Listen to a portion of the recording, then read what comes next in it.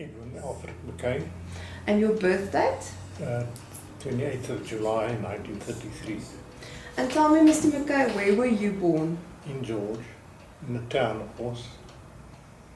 Have you lived here your entire life? No. I moved all over the show. Not all over the show, but Cape Town. I grew up in George until I was 13. I passed that at 6. So there was no high school in George yet. In fact, the high school started that very year. George High School I'm talking about, that very year when I had to go to standard 7. My father had already gained admission for me at Trafalgar High School in Cape Town. So I left George, went to board in Cape Town until I matriculated there, and then I went to after matric I went to UCT for 2 years. After 2 years I gave it up because I felt I wouldn't be able to make it, And then I went to Hewitt Training College in Cape Town to train as a teacher. When I qualified in 1954, end of 1954, I started teaching at Zonneblum College in Cape Town at the secondary school. It was a teacher training college, but they had a secondary division. So I had a post in the secondary division, and I taught there until 1962. That's from 1956 till 1962. Then I came down to George in 1963. I got married in the meantime in Cape Town, and then I came down to George in 1963 because my parents were now getting old already, and I said to my wife that I want to be nearer them so that I can look after them. Not that they needed help. So we moved to George, and then I taught at George High School for until 1976. Then I went back to Cape Town again because my children all went to school, except for my one eldest daughter, who had high schooling in Rapranet. And my other 2 girls, we wanted to put her in an English medium school, so we sent them to Cape Town. And then my son had to go also, eventually. So I said to her, now, I don't like this, that we should be so separate, and that we'll all move back to Cape Town again. That was 1960, I must get my dates right, 1977, beginning of 1977. So then I taught at Harold Christie High School in Cape Town until I retired in 1996. And as I always told her, the day I retire, I'm going to come back to George again. We built this house in 1966. So when we moved back, my one daughter stayed in the house. Because she was married then. So in any case, so it was easy just to come back here again. And then I stayed here all the years. I'm still here, as you can see.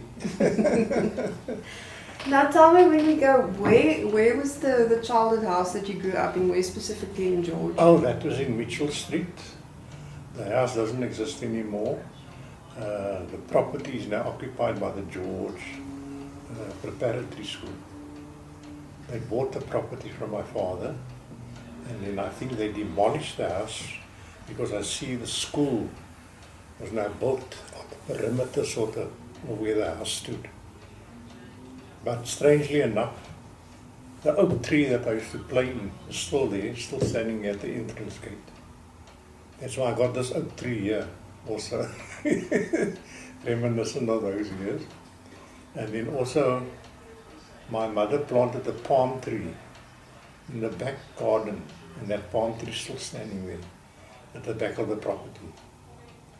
So I grew up in Mitchell Street, and then in 1966, when we used to come to Cape to George for holidays, also we used to go there. And when we moved back to Cape Town initially, then we went to live there, myself, my wife, and then we had 3 of our children already. Came with, of course. Then in 1966, we were forced out. You know the usual story, Creepy Areas Act. So my father built a house for himself and my mother on the corner there where the big palm trees are. I don't know if you noticed. Red Tower, he built that house. And then he said, well, we must also decide about building, because we can't, be depending on them all the time or living with them all the time. So then I built this house, and we lived here all the years since then, except for the time when we went back to Cape Town. What did your father do? Yes. And And what? I'm asking that because I'm quite interested in what kind of jobs did people mainly do in I those. see, yeah. Yeah. Okay, my father was a tailor. He had a business initially in markets in Hibernia Street, and then he acquired a property also in Hibernia Street. More or less now, where can I say now, where what complex is there now? There's a complex there, but the building doesn't exist anymore, because they, with the redevelopment, they demolished. And then after, so he didn't occupy that property that he had in Market City. He hired the property in Hibernia Street. He then had a shop built, a building put up in Market Street. More or less opposite the George Walk. I don't even know the George area, but he had a shop there, and that shop he had till he died in 1969. My mother was a dressmaker again. She also had a business independently of my father, and she had a room attached to our house in Mitchell Street. We called it the sewing room, okay? Which is also the place where we were confined to if we were naughty. I remember my mother had a sewing machine, a Singer sewing machine she used. And if I'm naughty, then she summons me inside, and then I must sit under the sheet. So that I don't tease my brothers. We were 3 boys, you see, in the family. So, in any case, she used to help my father also, because if my father had to, ladies come to him for costumes or so, then he takes on the work, but his men weren't really trained, the people who worked for him. He had always about 4 or 5 people working for him, and they were mostly trained to do men's clothing. So if he received an order for costume, for example, then he would pass it on to my mother, and she would then do it. And I remember people coming there off and on, to fit and to do this and to do that. So, but she was also very fond of her gardening, and she used to, later often she's always busy in the garden again. Was the plot was the house, and then there was the garden next to it, So then now the other people, you spoke about business people in George. Now I remember distinctly there was, for example,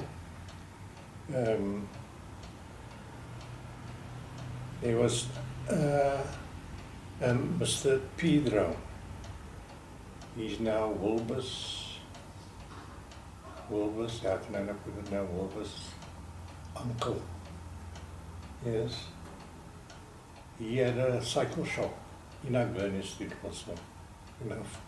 We had cycles, and when of course it needed repairs, we should take it to him. That was one. And then higher up in Hibernia Street, there was Mr. January Unsami. I'm going to use those terms because we call them like Mr. Pedro, we refer to him as Oom Avi. And Mr. January, who had the shoe repair shop again, he was Oom Sami. So he had his business there, and he also employed a lot of people to work for him. Then also nearby was Mr. Erasmus, Oom Sali he was. First I think he was Solomon, they used to call him Sali. He had a mattress, trying to say repair. He used to make mattresses, I know. Always stuffing it with a square and so on, you know, and making the cover and so on. And other upholstery work he used to do. Now then also on coming back to Market Street again, there was Johnny Meyer. He was a cabinet maker. He used to make chairs and things like that. In fact, I think that chair there standing there was made by him. It was on the style of, I don't know if you probably heard people talking about the 4-point chairs, but that's not the 4-point chair actually. Yeah, that is, it's just Johnny that made that chair. The 4-point chair is a very unique design, and he will tuck. Now the 4 coins who made the 4 coin who made the chairs, we used to call him tuck. He lived in Hope Street, and in fact his daughter lives down the road here on the next corner. And I thought, I wonder if I mustn't ask if she's got a photograph of him. But he was quite a character, you know. And there's Tuck. And then, of course, there were lots of people who worked for various firms, you know. Like, there's a shop, Berlowitz. They used to, it was a more fashion shop for ladies' fashions and things like that. But they also used to make curtains. Now, the man who made the curtains was employed, they employed him. The Berlowitz family employed him. And of course he had other females also working with him in this. At the back of the shop he had a workshop. Now let's see now. I must now think carefully.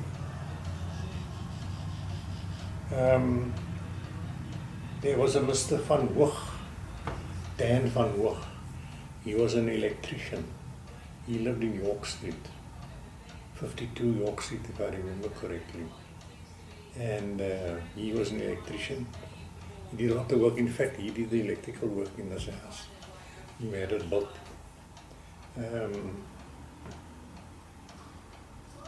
In other big businesses that I can think of, people, oh yes, there were lots of contractors, building contractors.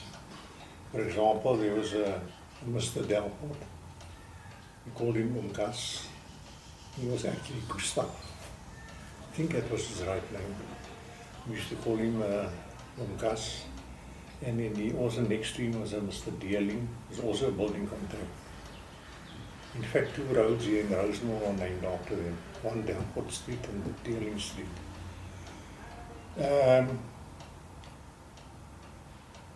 Who else is there? Any shop owners? Not really. There weren't people who had like grocery stores and things like that. Mostly artisans, you know, who had that type of business, cycle shop, and but no grocery stores or cafes or things like that. Did the Falkwyne people, did they have like premises, or where did they work The from? Falkwynes now, you see, when I grew up in the Falkwynes, like on Tuck, he used to work for he didn't work for himself.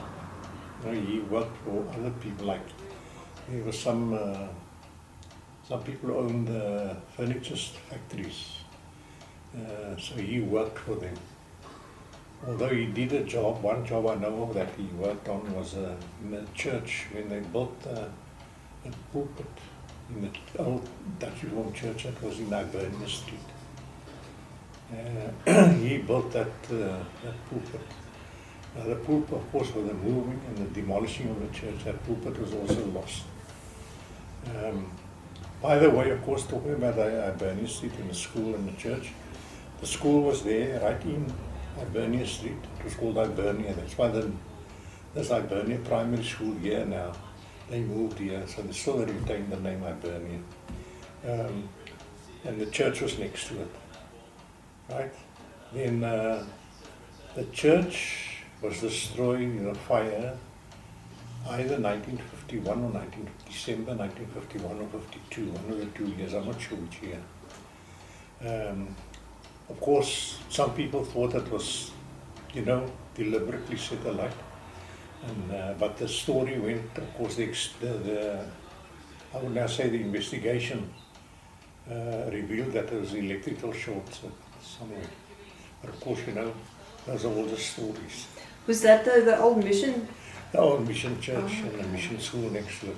And of course, from 1948 onwards, there was a demand, that the school should be removed out of the center of town, because it was now non-whites attending the school, and they wanted the town to be just, altogether white. And we use white in inverted commas because I don't like to use it as an actual term. Yes, that was now the Falklands. Now the Falklands is one of the old families of George, but there were many branches. There was Falklands who lived in George, in Lower Mead State, and then there were the Falklands in Papelsdorp. Now they also a very extensive family in Papelsdorp. In fact, you'll pick up if you deal with people who relate to you about Papelsdorp, then you'll mention the Falklands. In fact, two of my first teachers in substandard A and substandard B were Falkland ladies. Right, Helen Falkland, we used to call her Teacher Helen, and then Teacher Lou, she was my sub B teacher.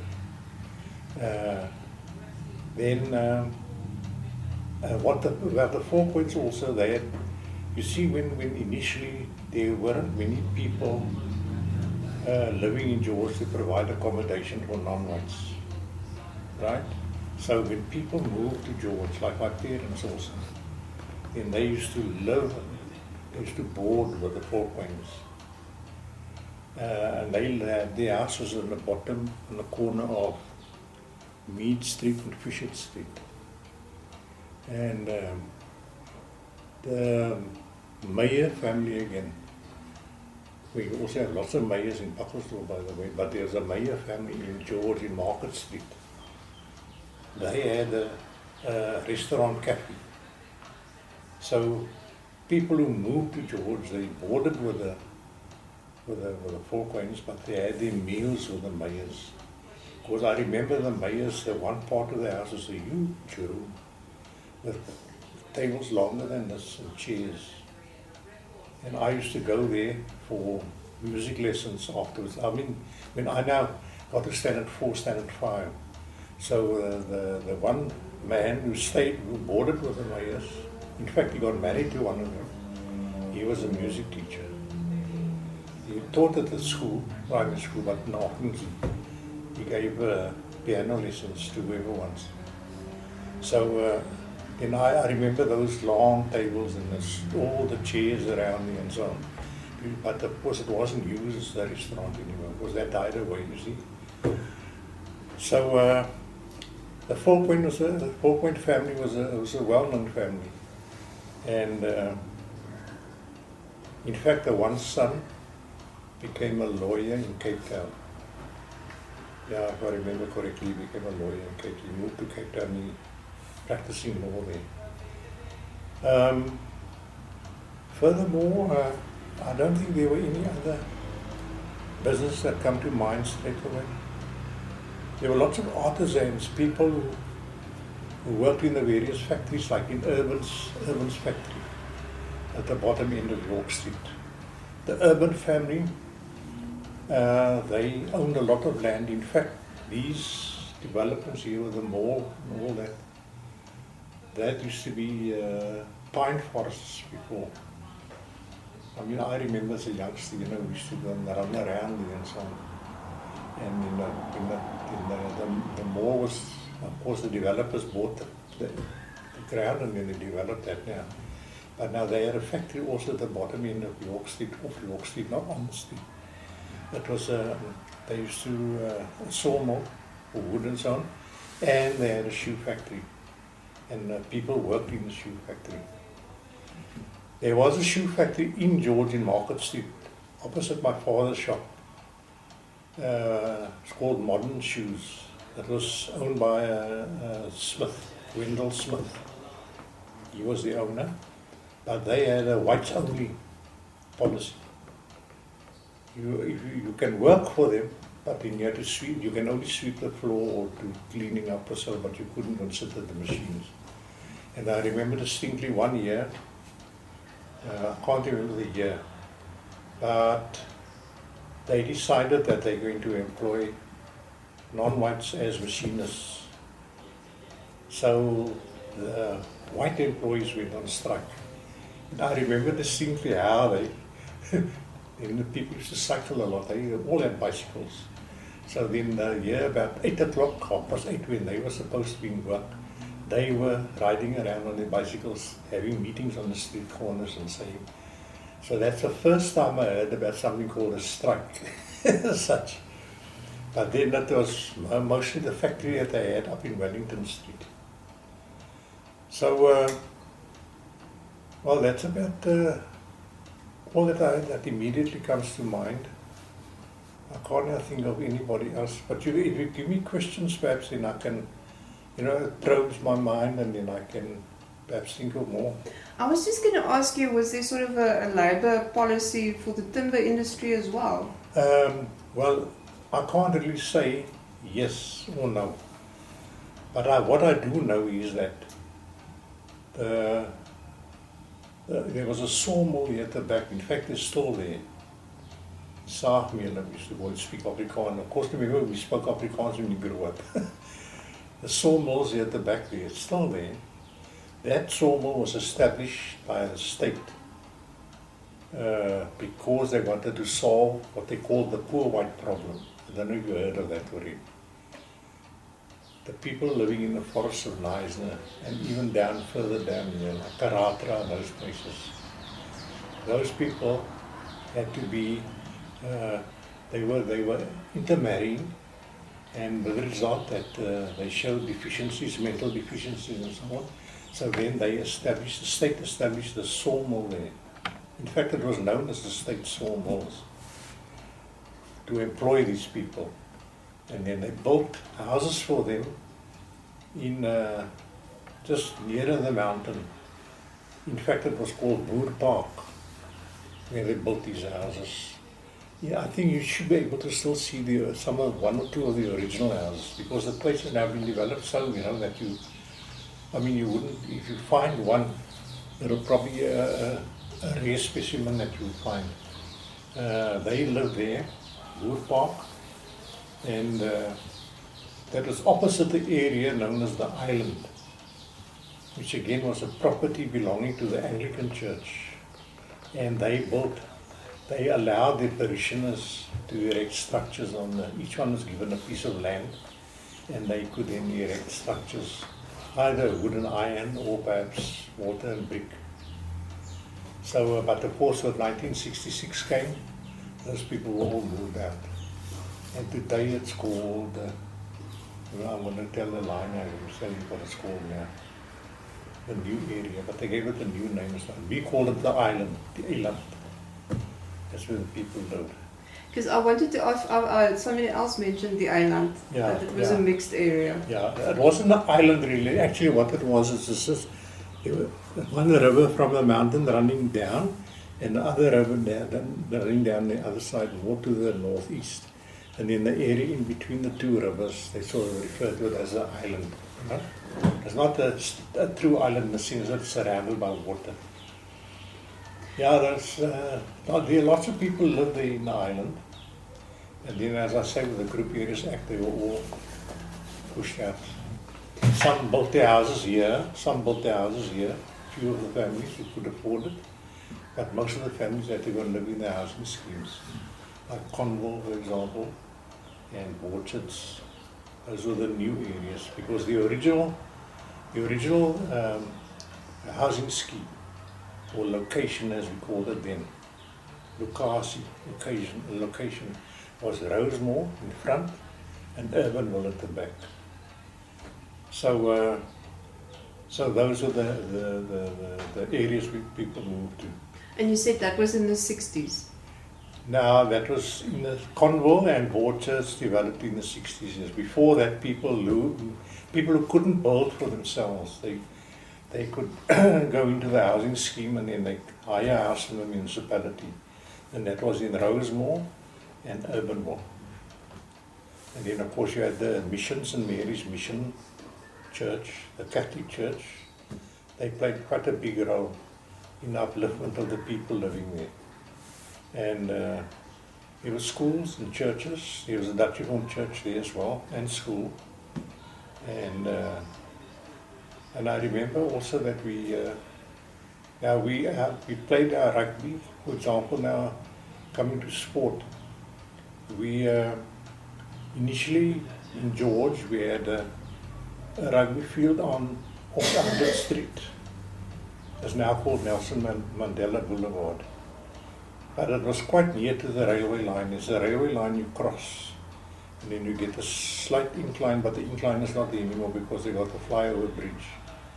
But we get the first robot after the flyover.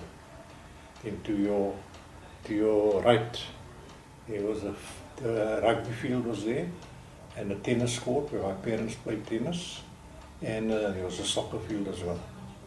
The rest of it was all just veld. Now the industrial area, the present industrial area was all just bare veld. In fact, when my parents used to play tennis and we as youngsters, we used to run around in the veld and so on. And play cowboys and crooks, you know, that type of thing. So, yeah. So who were the well-known sport teams here in? Well, now that when I grew up, I went to school in 1939. That, in fact, you know, the day I went to school, I don't know why I remember that day so vividly. And it was the only memory that I can have of my preschool days. I don't remember growing up being a 2, 3-year-old, 4-year-old. Except for one thing where I was a page boy, I remember distinctly for a wedding. But I went to school just when the war started. That's about 1939. Just the year, I think 1940, I went to Sub A, Dwight Burns School. Because I remember distinctly the lady who lived higher up from where we stayed. She took me to school with another boy, the two of us. So they waited for me on the corner. So my mother still said, hurry up, Mavis is waiting for you. And so that I remember very vividly. And I was going to now mention about the Levendals, for example. There's another well-known family. Old Mr. Levendal, Gert, we used to call him Gert. Well, I didn't call him Gert because he was dead already when I grew up. So I didn't know him as Gert. I only learned afterwards about him. But I remember his wife, elderly lady, we used to call her Mama. She would just sit at the window in the bedroom there. And they lived on the corner of Mitchell Street and Market Street. There's a business concern now there. Because the whole centre of town there where we lived, it's all businesses now. In any case, now Mr. Levendal, he had extensive grounds there. In fact, there were plots on either side of Mitchell Street which belonged to him. Because I know my father, the plot that we had a house, that my father built a house on, he bought that from Mr. Levendal. But then, of course, the sons, he had quite a number of sons, and he used to make bricks. He was he had brick fields. They passed the rugby field I spoke about now. There were clay pits, and they used to bake bricks there. So, and then he used to do gardening also, and he kept horses and cattle. He was quite an extensive farmer in that respect. So the Levendals were also a big, well-known family. But of course they all died down.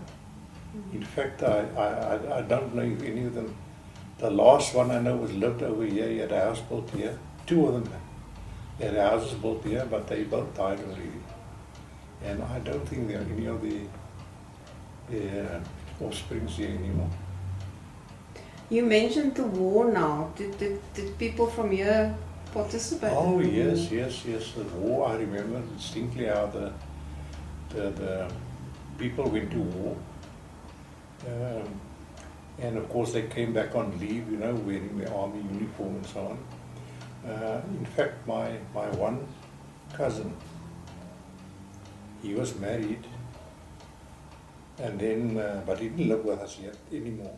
He stayed with us when he got married. He was living in Blanco, and then he took his wife's bicycle and he cycled over the Montague Pass to Oudtshoorn to go and enlist. Because he didn't want to enlist in George because then people would know. So he, well, I wouldn't say he absconded, and deserted the family, but it probably is that. And then he went to the army. And I remember how the South African Defence Force, from time to time, they would have not a cavalcade, but they would bring army trucks and and then they have displays of battlefields and so on. And then we would go and visit this on a Saturday afternoon or so. And then they used to have bands and so on, also parading in the street. That was quite active, and of course we had to have our windows had to be blacked out with paper, because being so near the sea, also they said no. People said, "Oh, well, look, we're so far from the sea." No, but the Germans, the Germans can detect, pick up light. So they were scared, they would because there were lots of reports. I mean, we can't say for sure, but there were reports that lots of U-boats were, patrolling the coast, and then they would now pick up where there are cities and so on, and in case that the war came moved down Africa, then they would know exactly where to bombard and so on. So we had to black out our windows so that you couldn't see any light inside. The same as they had in Cape Town, I believe. Yeah, well, that's. And afterwards, did they celebrate Armistice Day here in George? That was now 1945, and I was in Standard 5.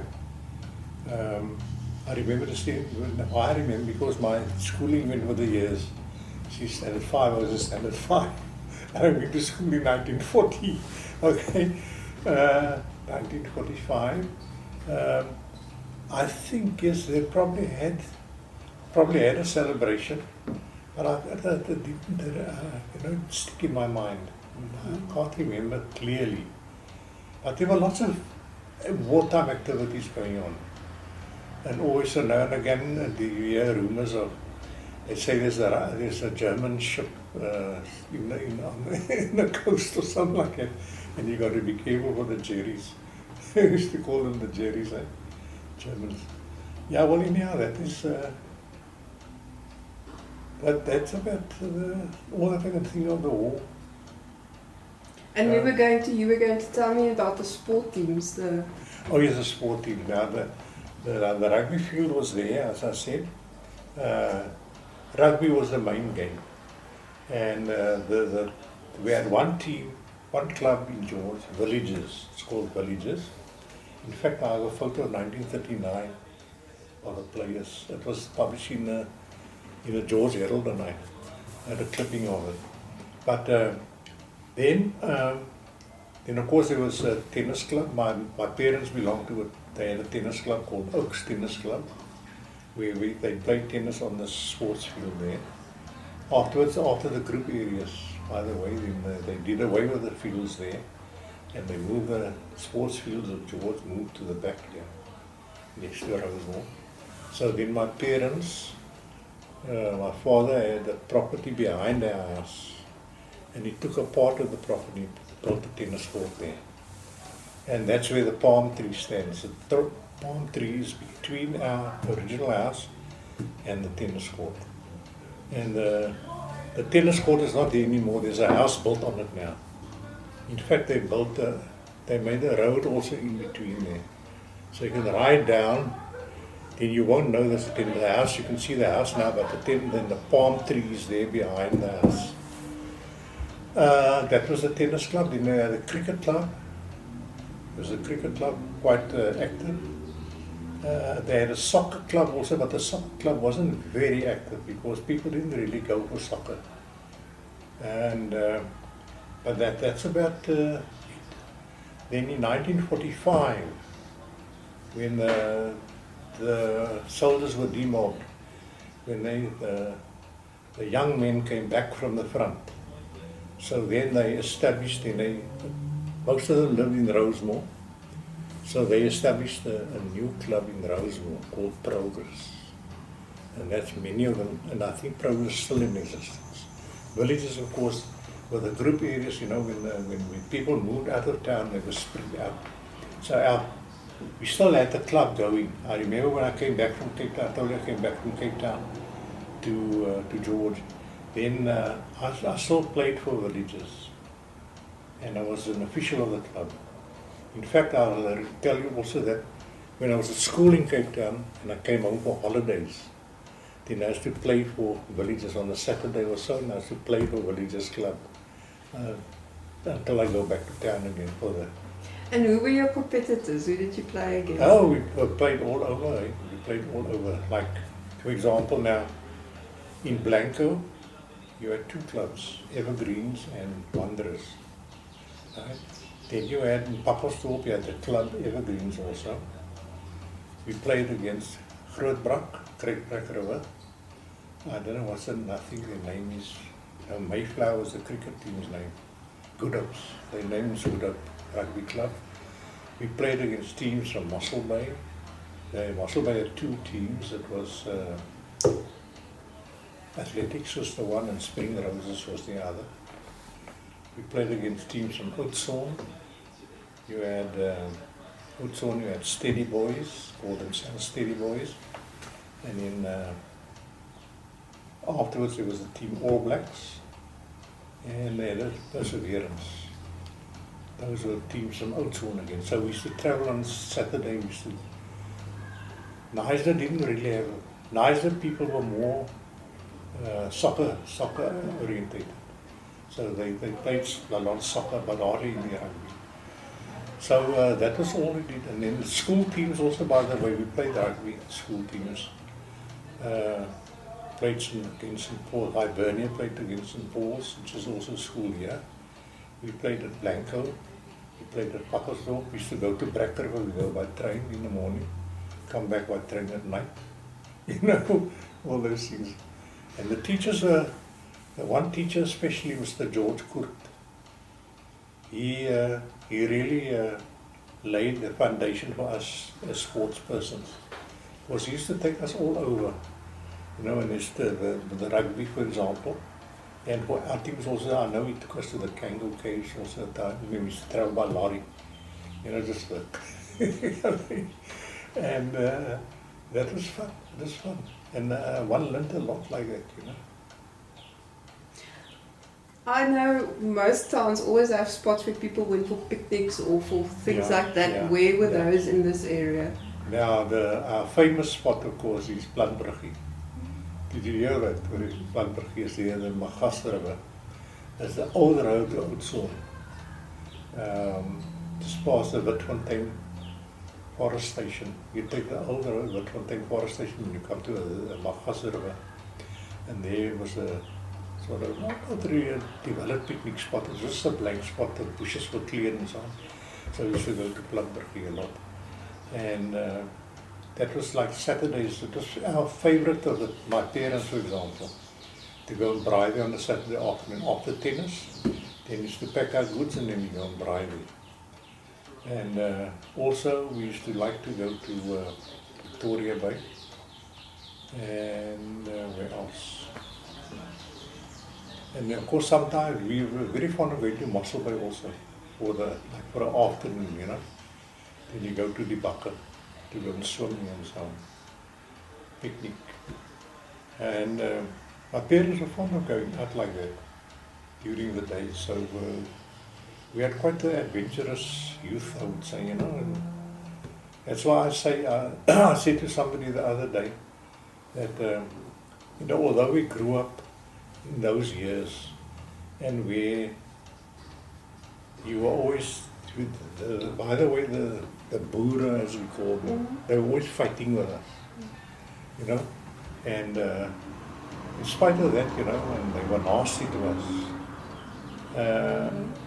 So I said, but I don't feel any animosity. I don't have any, how would I say, ill feelings towards anyone, because I didn't harbor any, ill feelings about that. And so I grew up fairly, I would say, what's the word I want now? Fairly stable, I would say, you know. I know somebody in Mossel Bay told me they had things like Christmas choirs, and was there anything banned, something like that in George? Not in George. We didn't have bands, and we didn't have a Christmas choir. I know at one time the people living in Rosemore used to have a coon troop, a New Year, coons, but this is a very poor, what you call the coon in Cape Town, you know. But they also had this 1 or 2 years that you had the coons, and then that just disappeared again. But now coming to bands, in Mossel Bay had a Christmas choir, and they also had a dance band called Bay Jazz. They, in fact, when we grew up, when we went dancing, they used to come and have dances in the town hall in George. Then Bay Jazz would play there. And Bay Jazz would even play when we hear that they're playing in Oudtshoorn. There was a hotel there that opened in Oudtshoorn, and we would travel over the mountain to Oudtshoorn to go and dance there. We would go to Mossel Bay itself also go and dance there in the hall. They had the Memorial Hall, it's called the Memorial Hall, and we used to go and dance there. And now to talk about Mossel Bay, it makes you think also of camping. We used to go and camp religiously every December, January holidays. We used to go and camp at the Bakker for about 2 weeks. And the first time we went camping was I judge it to be about 1940 odd. The tent, my father didn't have a tent, so he hired a tent from a family living in town. And the tent was sent by train to Mossel Bay, delivered to a friend of my parents, and then we collect the tent there because we only had a car, and we couldn't load everything in the car, of course, like the poles and especially that. Then that was only the 1 year I remember it went by train. The next time it went by Wolfsgat. Then the people used to load the Friday night. They used to load, and then they would travel through the night to Mossel Bay. And then by the time we get to Mossel Bay the next day, because we see my father, he only closes his shop at 1 o'clock on a Saturday afternoon. And then the car must be packed. We do it, my mother does it, because she was quite handy in that respect. Then the car, then he would just come from work, and then change, and then we would travel to Mossel Bay. Then we get the Wolfsgat there more or less the same time. So that happened for a number of years, because you see, you couldn't use motorized transport because of the petrol restrictions. You were not allowed to travel more than, I can't remember the distance. It was 30 miles, I think it was 30 miles. And Mossel Bay was just beyond that. So we couldn't get somebody with a lorry to take that. That's why after 1945, when the war ended, so that restriction was lifted. So then we could use a lorry to transport our camping things. From 1945 onwards until We camped there until 10th first, and then eventually my father put up a bungalow there at the Bakka. And but that also, of course, the group areas that fell away. It was about 1960 odd, and then we stopped camping there. So then we went camping at Buffalo Bay here near Nice again after that. But then we had to go back to tents again. Can you still remember before the N2 was tarred? Do you remember it being? Oh yes, the old road to Cape Town. The old road to Cape Town brings back memories, you know. Gives me goosebumps. Used to go through Blanco. The old road is still there. Right? Sometimes I do make a detour and I go travel that way. It wasn't tarred. The N2 as it is now, well, it has been redeveloped again since then. But initially when it was a tarred road, it followed more or less this trajectory that is in now. That road was opened in about 1947 or 1948. The tarred road. So up to there, we used the old road. And we used to leave George about 4 o'clock in the morning. All gravel roads right through to Cape Town. Sometimes you had to go across farm gates, open farm gates. And then the first tarred road we got was near to Grambouw. Before you get to Salaris Pass, then you used to get a tar road. So we always used to look forward to it, you know, because in the car it doesn't rattle such a lot anymore. So that was traveling to Cape Town. Now, of course, you do it in 4.5 hours. 4.5, 5, depending on your speed. That was good old days, good old days. Yes, you had to go through the old road Blanco, and then through Diepkloof, Trekbrack River, and the old road to Mossel Bay, and then you used to hit the top. Oh yes, and of course sometimes you couldn't go through Rivies on the end, the road now is through the Rivies on the end. The road, when it was gravel road, the river, it would rain a lot, and the river is overflowing. So you couldn't travel that direction, and you had to go to Ponyville and Worcester, and then over Bainskloof then, of course, because the Twitskloof wasn't there yet. The Twitskloof also came after the war. Bainskloof and then into Cape Town that way. So it was added quite a bit of time to your journey, because to me it's an extra distance, you know, to travel. That's about it. I don't know if you can perhaps probe me with. We've spoken about so many things. I wanted to ask the questions, but you told me already. Oh, I see. Okay. We spoke about the school and the school. I can mention to you what I should mention in the school. The personalities involved there. As I said initially, my sub-A and sub-B teachers were the two 4-point sisters, and then teacher. Then the next standard there was teacher Frani. She was a Meyer, Miss Meyer. She married Mr. Bali, who was a teacher on the staff.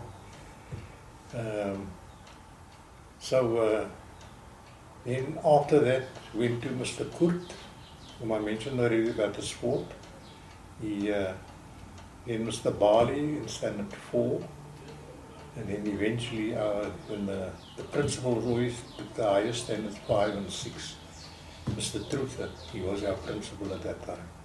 But when I started at Hibernia in sub-A, then Mr. Raubenheimer was the principal.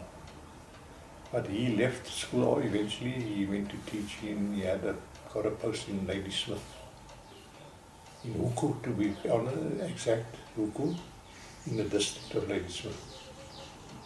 In fact, I remember my father taking him and his family when they moved from George. They sent their things with a truck, I think, or something like that, their household goods. But my father took him and his daughters by car to Ladysmith. And I went with, so I remember I sat in front.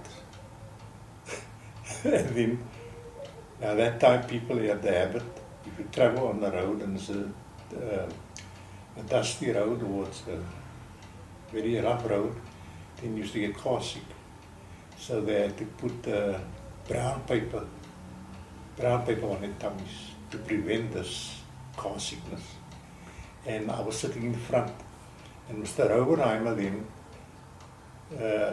his daughters were all young, of course, and he now put the paper on their tummies, so he lifted up their dresses, and I sort of looked back to see what was going on. So he said, nee, kyk voor jou.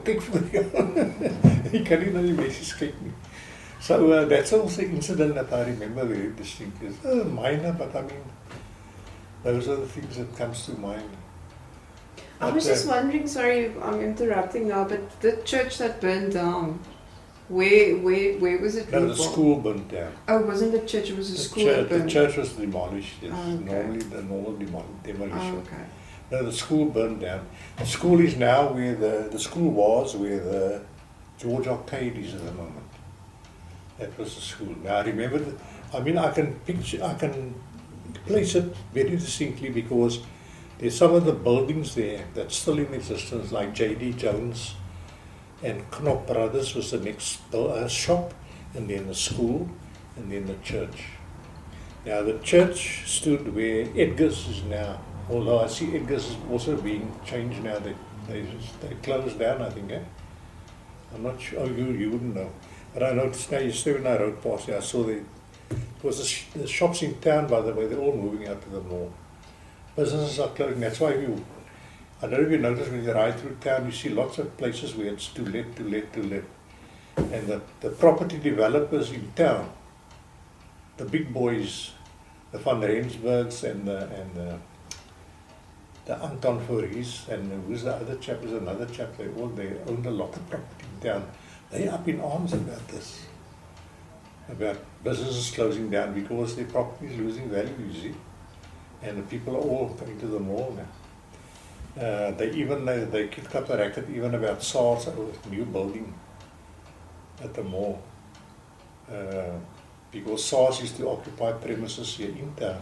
The glass castle there. I don't know if you saw this glass building there. I don't think it's glass, but it looks shiny.